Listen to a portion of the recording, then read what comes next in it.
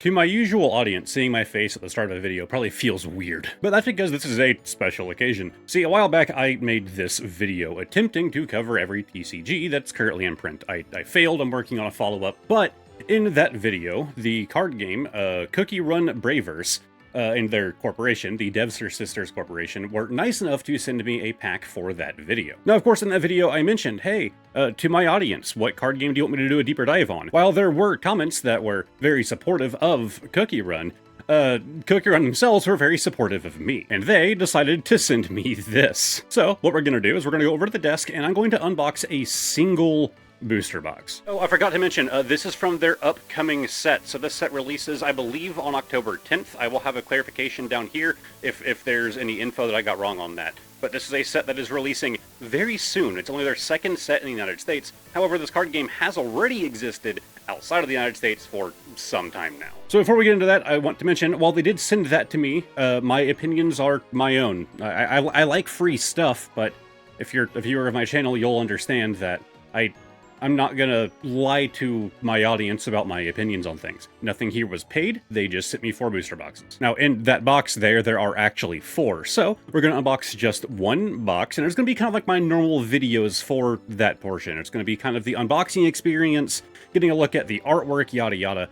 After that, the other 3 boxes, I'm still gonna have footage of like the good pulls from that after that segment, but I'm actually going to go over the gameplay itself and some other fun things about this card game. So with that out of the way, we have some boxes to open. Well, I guess it doesn't really matter which box we go with. Let's pick this one. Pikachu Knife, deploy. So as mentioned, this is the second set of Cookie Run, The Age of Heroes and Kingdoms, which should be releasing not too long after this video. Very solid looking booster box here. I mean, it's pretty simple, but you do have some info here on the back, mostly about the rarity distribution, including 73 hidden cards, so kind of similar to modern Pokemon, where there's a lot of secret rares. Oh wow, yeah, there are a bunch of extra things right here on the top. So first off, if you play Cookie Run Kingdom, Merry Christmas. The first person to claim this gets it. To my understanding, this is actually a good amount of in-game resources. You better hurry, you only have until 2035 to claim it. Then we have 2 special packs here, so not for sale. We have the Stormbringer Promotion Pack. Each pack contains 1 of 6 random cards. Then you have the Promotional Pack Volume 3 and 4. 2 of 15 random cards. Well, I guess we'll take a look at this one first, if I can successfully open it, that is. And, oh, come on. You know you wanna, there we go. We have Marzipan Cookie 2, and the Macaroon Cookie. And as you can see down in the bottom left corner, these are both considered to be promos. Then we have the Stormbringer Promotion Pack, and those pull tabs are just, like, never my thing. I know there are some people who are really fast at using those pull tabs. I am not some people.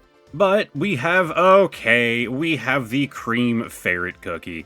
That, as the 3rd card that we pull in this video, we get a ferret. I'm happy. Okay, so I have a cookie, I have a ferret, I don't have any cream, but maybe I can make it work. I just need to pick up some whipped cream, and we'll have 1 complete card, right, Serana? But then, well, we have a lot of packs. Let's just dump all those out in one go. There, we can replace the Bulba. Sorry, buddy. So I believe there are 28 packs, but I will count. Correct. There are 28. But I guess we'll just start off here. I am going to pull out the scissors, maybe. Let's see if I can just open them pretty quick. But with these, like, long packs, yeah. I just find scissors to be a faster option with any of these, like, longer packs here. So open that up, and I don't know about pack tricks, so I guess we'll have to kind of find out, but we just have, so what is it, 1, 2, 3, 4, 5, so 5 commons, then we have 1, 2, 3, okay, so 3 uncommons, and then the rares at the back. Okay, so there is no pack trick, but level 2, 4 HP, 3 cost for 3 damage. Not too bad. Nice rare holo. Again, we'll be getting into more of the gameplay information here in a bit. As mentioned, there are going to be timestamps in this video, so if you're mostly just here to learn about the card game and you're not too interested in the unboxing, which is, you know, I'm a collector channel first and foremost, so that tends to be the more exciting part for me, and I imagine a good portion of my audience. But if this isn't really your thing, feel free to skip ahead to more of the more focus on the gameplay, as well as other things that kind of surround this card game. I keep cutting it off before I think to read it. On the next pack, there's something in the top left corner I'm curious about. But we have the Impresso cookie, which I'm actually familiar with thanks to the tutorial. Rain Deity Pinecone cookie. Yeah, I'm gonna say the art style is very much what you would kind of expect out of the Cookie Run franchise, with some interesting mix-ups in here, like the Space Donut and the Ferret. I guess I could talk a little bit about the, oh, I did it again. I cut it off before I even thought to read it. You know what? It's fine. Eventually we'll get to it. We talk a little bit about the gameplay, you know, during the actual unboxing part, mostly just to mention that if you might have noticed, I'm taking a deeper look at some of the red cards. The two typings that are interesting me the most are red and blue. Again, we'll be going over this later, but red is a very aggressive deck. It's kind of about like trying to dominate the game early on. Whereas blue, oh wait, no, here we go. What does this say? Okay, 9 random cards per pack. Okay, I thought it was gonna say something about like the secret raid or something. Nope, it's just telling you how many cards are inside. But yeah, blue deck is very heavily based on like resource management and resource generation. Although it looks like green deck might also have like some similarities there. And we have an SR, the Matcha Cookie. Okay, well, our first hit, I'll take it, even if it's from the typing that I actually probably have the least interest in. Green looks the most, like, balanced to me. Like, it looks like if you don't know what you're going to be up against, green might be a good option. But it also just kind of seems like the most bland as a result. The yellow deck is the one that I'm kind of concerned about getting a bit more complicated. We have the Butter Roll Cookie. But again, I am like far more of a collector than I am a... I keep doing this because I'm used to most card games having like a pack trick to them. Don't get me wrong, I'm fine with the fact that there isn't a pack trick. Once we get through the back of this one, I'll kind of explain why I still think that doing pack tricks is a good idea. While these cards are, you know, pretty durable, I would say, like, the card quality is probably a lot less likely. And actually, I think I mentioned that in my original video. We have another SR here. I think I mentioned that in the original video, that I was kind of impressed at the lack of whitening that you see on these cards, like, straight out of the pack. Which I know it sounds like that should be, like, kind of normal, but if you have done a bunch of card games, you probably know it really isn't. So whatever their paper stock they're printing this on, it does a really good job of preventing whitening. However, I think that the biggest upside to doing a pack trick, right? This card, let's say this is a super rare, which I know it literally is, it's an SR. But it was like a highly sought after, expensive card. Like, you wanted to like get it graded, you wanted it to be in like perfect condition. And it's here at the back like this. Well, what cards, when they're in a stack like this in a pack, are most likely to receive damage while they're still in the pack? Well, it's going to be the cards at the front and the back, right? That's why a lot of the times with most TCGs, what you'll see is commons at the front, and then usually you'll have like an uncommon back here, or like a resource, like an energy or a land in Magic the Gathering. You'll usually have at least one card behind the big hit spot, right? So while I don't feel that it's necessary, I do think that it is a good thing for card games to do. Like, I understand, like, if you're aiming for a more casual demographic, which does seem to be a big pull point for Cookie Run, you know, I understand, like, not wanting to do pack tricks. We have another SR right here, the Sugar Glass Cookie. Very nice looking hollow effect on this one. I like that their hollows aren't like overblown. Like if you get what I mean, it's not like blinding you whenever my studio lights hit it. Now on some cards, you know, blinding hollow effects can still look really nice. Alright, I completely lost my train of thought. But yeah, I understand why you might not want to do pack tricks for, you know, a younger or more casual audience, because, you know, if you're just opening up like a pack every so often, right? Or it's your first time and yada yada, it's gonna feel weird if you pull like a really good card like this one right here, a UR, the Sugar Swan Cookie. And yeah, they definitely went a bit stronger on the hollow effect on the higher rarity. man, I'm loving that even, like, if you go back here to, like, an uncommon, like, there's still, like, full art. That's something that I mentioned in the original video, is that, like, almost every card, like, you have a full art depiction, you know, from top to bottom. And the downside is it does mean that cards like this feel a little bit less special, but it's still just really well done. But yeah, like, if you're new to, like, TCGs as a whole, right? You've never really done much card games, you haven't done, you know, Pokemon, Magic the Gathering, Yu-Gi-Oh! I keep wanting to do pack tricks. You know, you're not really gonna be knowledgeable on what a pack trick is. And then you're also gonna have card games that, like, kind of get confusing for people, especially between generations, between eras, when it comes to the pack trick. Like, I remember whenever I was getting back into Pokemon, and it was like, what was it, between, like, X, Y, and Sun and Moon, they changed, like, the number of cards for the pack trick, and then they did it again between Sword and Shield and Scarlet and Violet. Like, they've mixed it up a number of times, and so, you know, you kind of have to learn, okay, so if it's from this era, it's like 3 cards from the front. If it's from this era, it's 1 card to the front. Of course, Cookie Run, you know, being a much newer TCG, although it has existed in other areas, but being much newer to the West, to, you know, this exact print that's here in my hand, they can kind of start off a bit more healthy, right? If they purposefully chose, for whatever reason, to go without doing pack tricks, well, they can just continue with that going forward with every set, and you'll never have that confusion or potential frustration with the community. We have the SR. Doesn't look too bad either. And again, like, the super active community won't mind, right? They'll adjust to it very quickly. But it's the more casual market that would probably get a bit frustrated if you're constantly mixing it up. At the same time, if they decided to start doing pack tricks with, like, the next set, right, by burying the good pull behind 1 or 2 cards at the back, then they would kind of need to set the precedent, you know, like, with, like, the next set, and keep it that way going forward.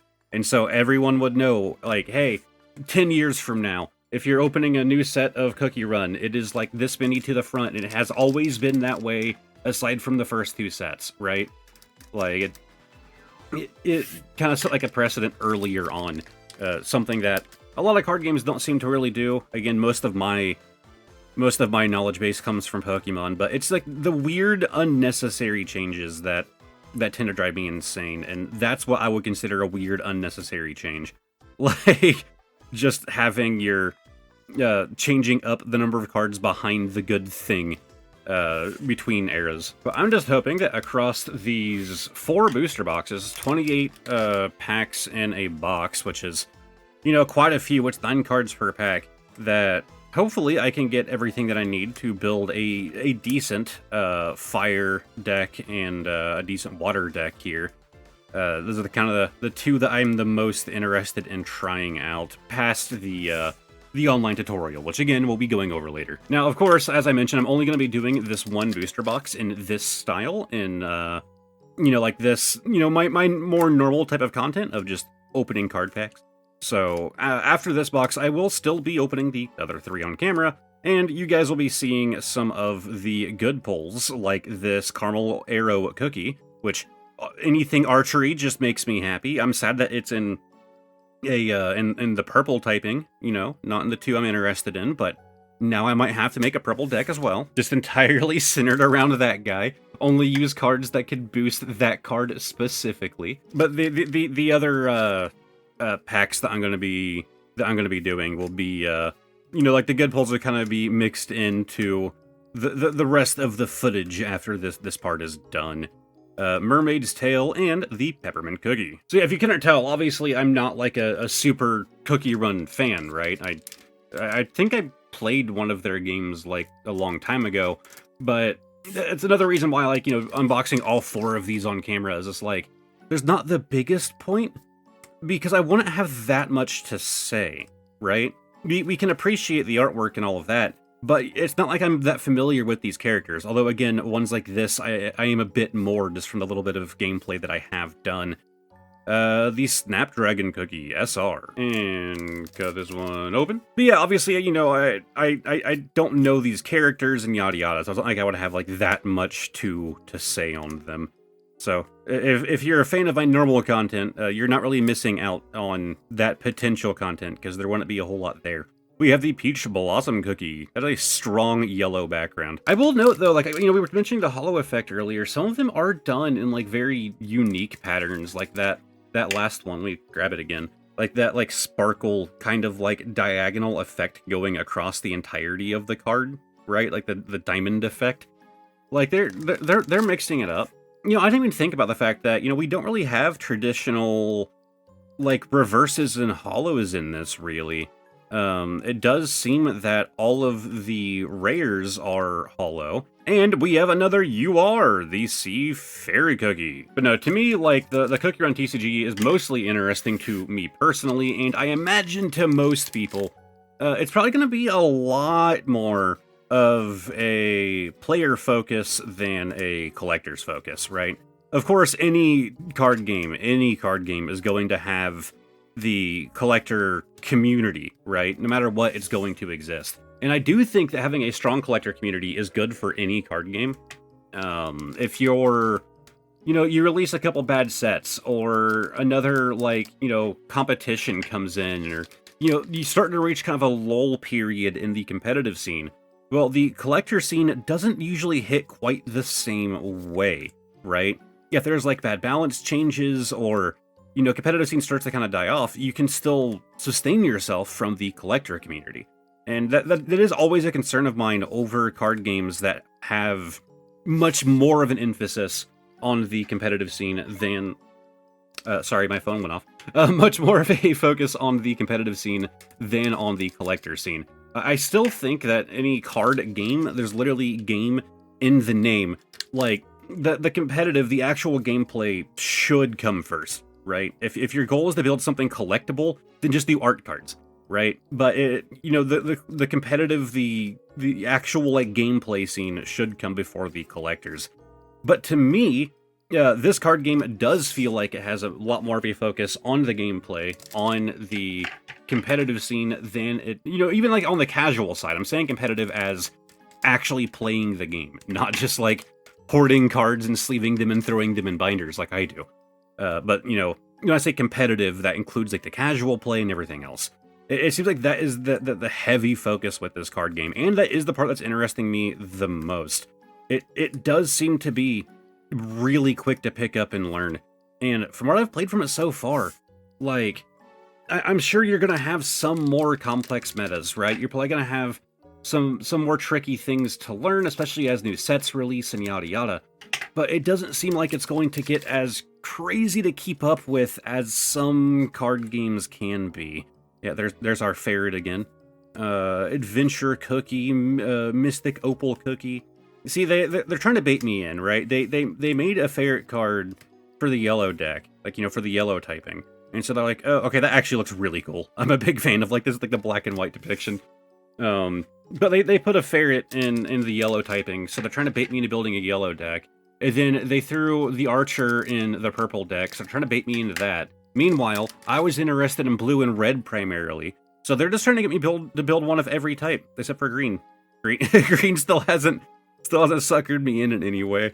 Again, I'm not, like, an expert on the gameplay, but whenever we go back to green screen me, understand that that version of me is a bit more knowledgeable on this than I am right now doing this unboxing. I have played a little bit, I have learned a decent amount, but green screen me is gonna have notes, and he's going to have experienced a lot more than the current me doing this unboxing. We have the Rye Cookie, Millennial Temple, the City of Wizards, and the Stardust Cookie. Again, with that really nice, it's like, diamond pattern. And our last pack here. Yeah, our last pack. Yeah, we're down to one. We got one pack left.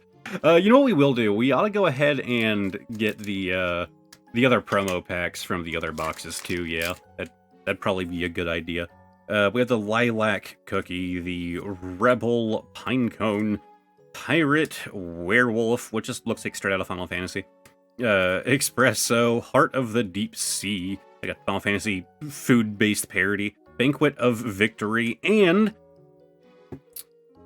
our last one in the booster box. I wonder if it's seeded. We have the Moon Rabbit Cookie SEC, a secret rare.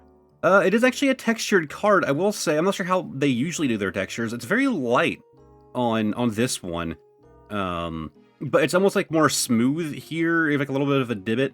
Like the texture isn't like super crazy, but it is a full art textured card, and it actually kind of reminds me of Loco Roco on the PSP. God, I am like throwing my age out there right now. Yes, I like Loco Roco. What are you gonna do about it? Come on, does it not look like he would fit into that world just very easily? All right, so before we end the unboxing section, let's open up these 3 boxes, pull out the promo packs, and see what we get inside of those. All right, all 3 boxes have been opened, and that means all of our packs have been pulled out. All right, you guys better get your apps ready. You better be prepared to start typing in some codes, because here we go.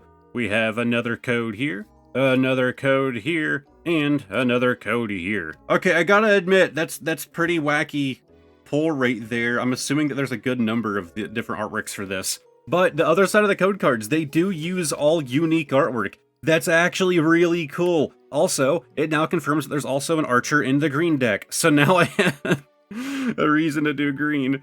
But yeah, that's neat. And we're just gonna kind of make sure our cards are down there at the bottom on all 3 of these packs. And we're just gonna cut right there across the top. So, inside of pack number 1, we have the Marzipan Cookie 2 again, and the Twizzly Gummy Cookie. That thing's, kind of wilding out there. And we have our second, well, I guess our third pack, technically, of this promotional pack 3 and 4. So we have the Golden Cheese Warehouse and the Almond Cookie. Looks like a detective. Then our last one, Marzipan Cookie 4. Okay, we have 2 2s and 1 4. And, hey, we got a holo, the Sorbet Cookie.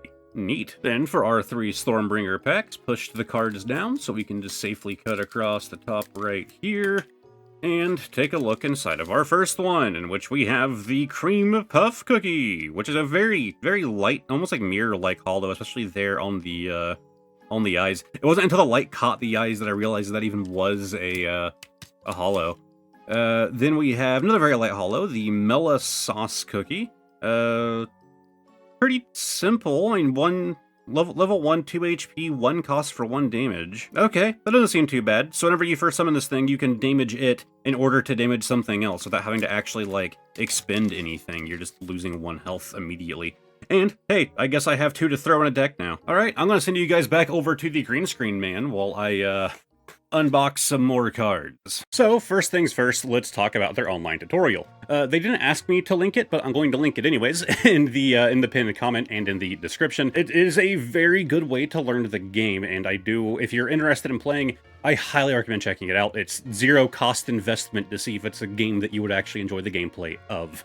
As far as the quality of the tutorial, I think that it actually feels like, to me, like, good enough that it feels like they're going to be doing a digital game eventually. Like, the tutorial feels like, hey, we're working on an engine to make a whole card game in, but here's a little slice of it so you can learn how to play. But to be honest, they have videos on their YouTube channel on various different roles and, you know, how to play the game.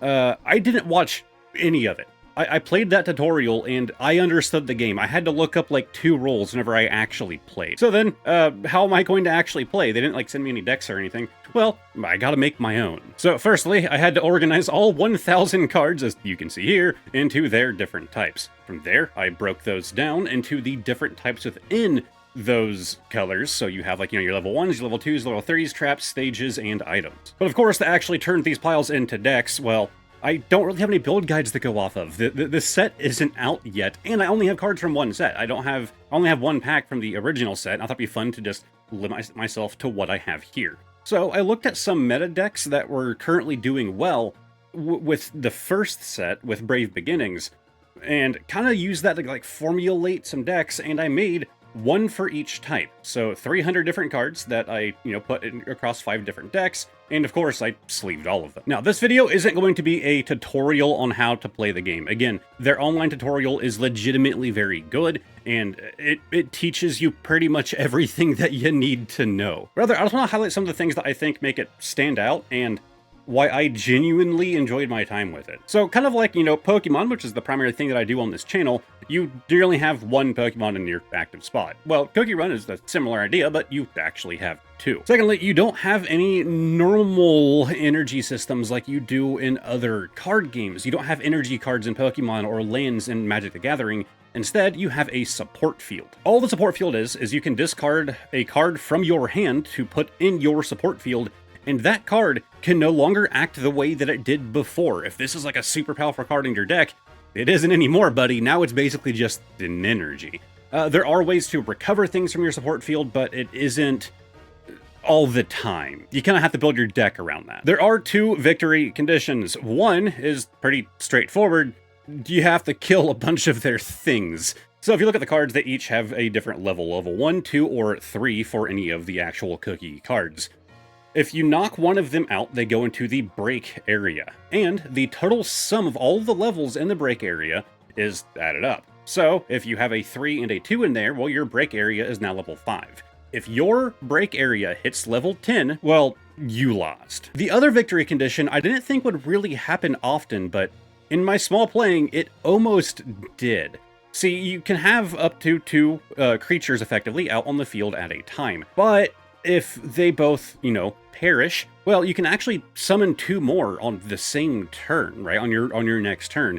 But you have to be careful with summoning too many. See, if your opponent is able to take out both the 2 that you just now summoned, and on your next draw phase, if you don't draw another creature, and you're not able to summon another thing on your next turn, if your active field is empty, and you can't summon something else, you lose. Now, of course, you have stage cards. They're kind of similar to stadium cards in Pokemon, but they don't destroy each other, so you can both have a stage card on your side. Now, of course, you have item cards. Some of those do actually equip to your creatures, but most of them don't. They're usually just like single-use cards that you can do on your turn. However, trap cards make things interesting. You can actually choose to play a trap card on your turn, but for the most part, you're going to be playing it on your opponent's turn. What that means is you want to actually save some energy, right? If you have 5 energy, and you can use all 5, but instead you use 3 to only attack with one of your creatures, then you have, 2 left over. If you have a trap in your hand that takes 2 energy, well, if your opponent goes to do something to you, you can spend those 2 and use your trap card. So it's not like Yu-Gi-Oh! Traps are actually played from your hand. Okay, so that's most of the rules covered. I'm sure, knowing me, I got something wrong. I am dumb, man. So as always in these videos, always check the pinned comment for any corrections or updates. So with these 5 decks, I needed to actually play the game. So I let my wife choose which one sounded the most interesting to her, and she went with purple because she likes purple. So the purple deck is actually very interesting. So whenever a creature dies, it goes to the break zone.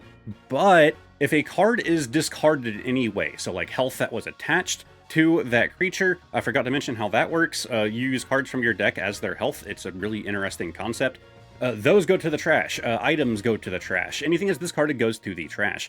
The purple deck is very interesting because you actually want to have a large trash pile. You're actually using your trash to your advantage. You can play things out from your trash. You can return trash to your hand, and you can boost your attack or even damage, prevent damage to you by having certain conditions within your trash. Like if you have 3 flip cards, you can deal extra damage, or if your opponent has 15 cards in their trash, then your attack does an extra 2 damage, or you can prevent an attack using a certain card. So the purple deck is very big on trash recycling. So first up, whenever I first played her, I used the green deck, and it's the one that I expected to be the worst, and it just might be. Now, I don't think that that's necessarily because green is bad.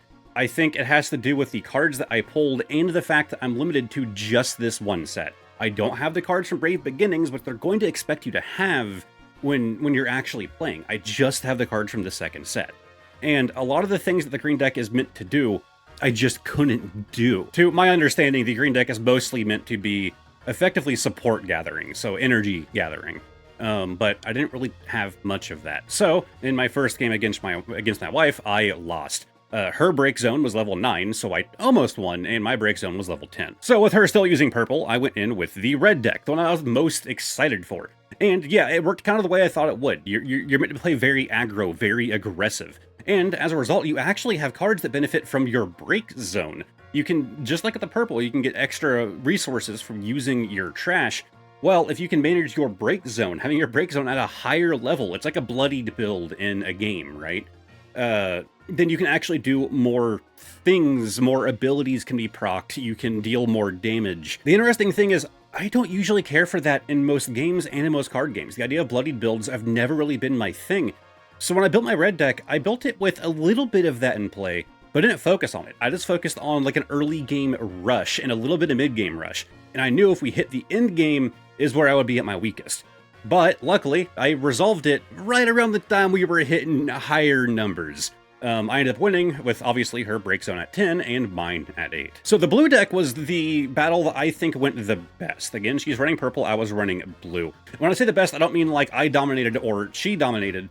I mean, it felt the most balanced, and it's probably because of how, you know, I built these decks as an amateur who was going off of very little info aside from just the basics of how to play. So the blue deck's gimmick is essentially card cycling. You have a bunch of abilities to draw a bunch of cards, to discard your hand, to even discard cards directly from your opponent's deck or from their hand.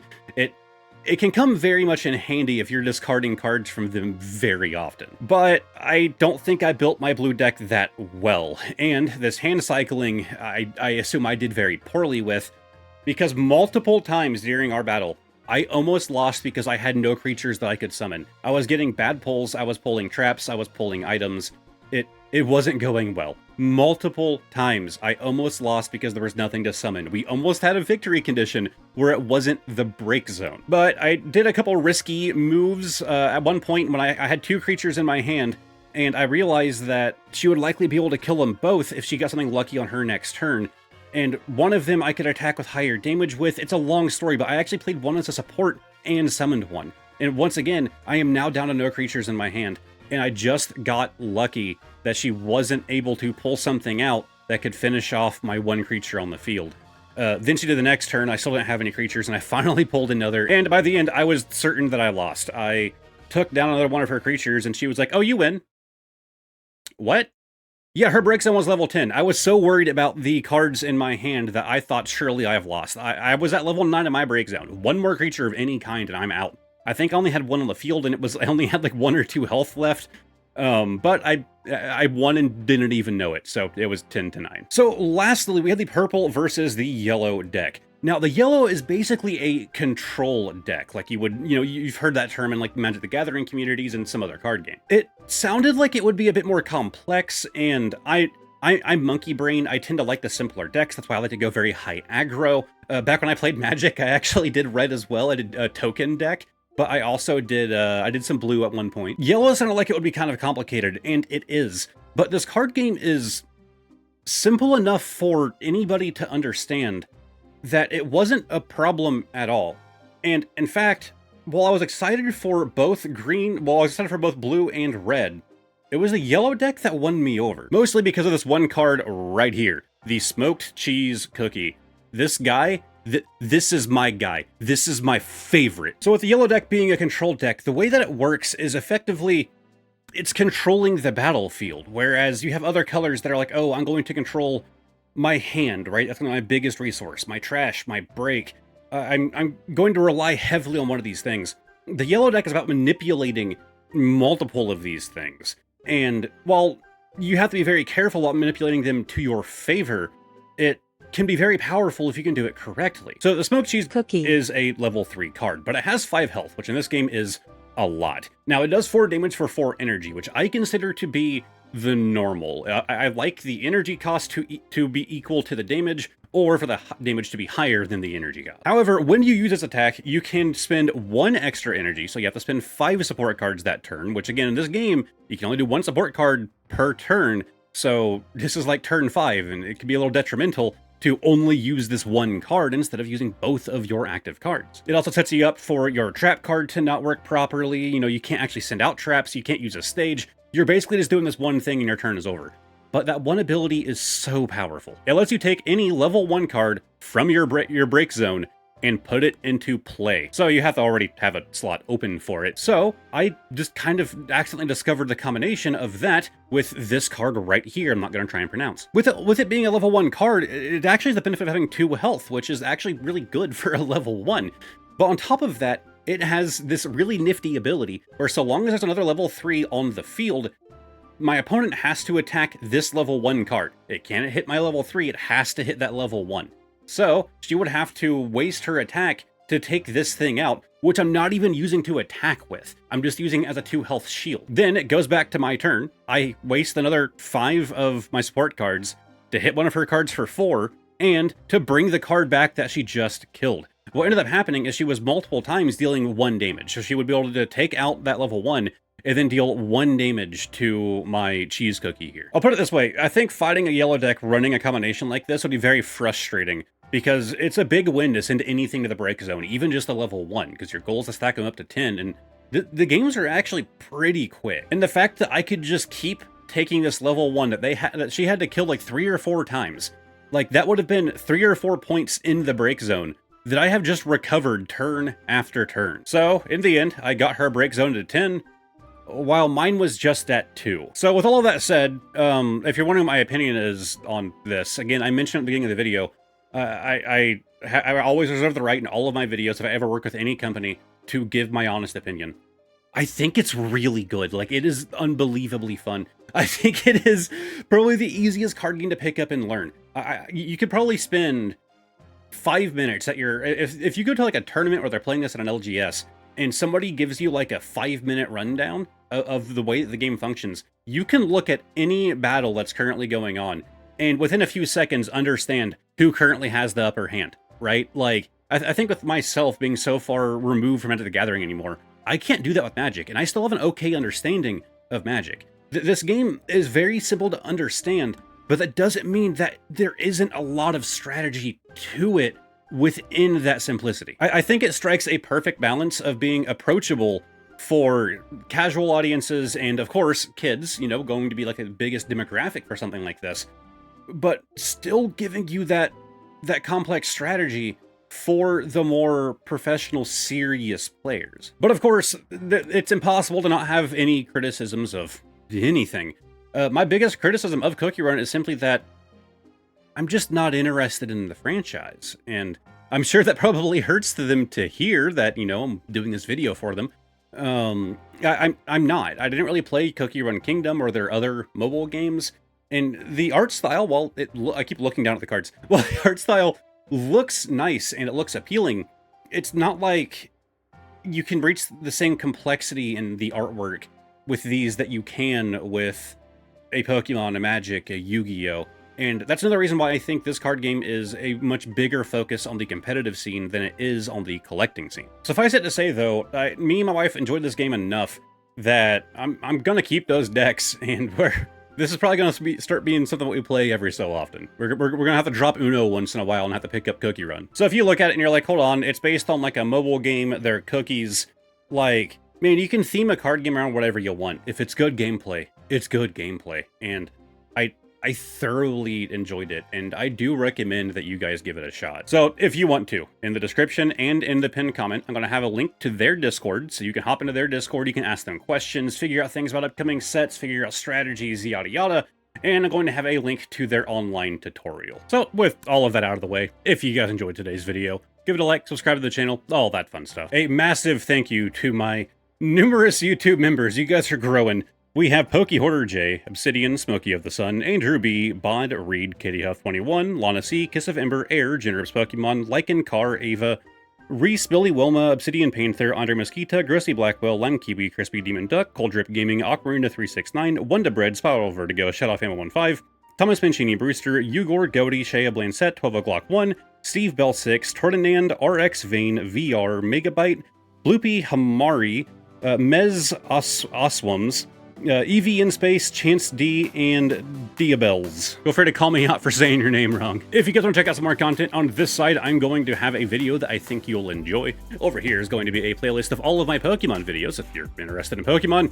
And lastly, a link above my head is going to be to the community Discord if you feel like joining. To clarify, that's my Discord, not Cookie Run. Theirs is down there. Thank you guys very much for watching, and hopefully I will see all of you next time. Goodbye for now.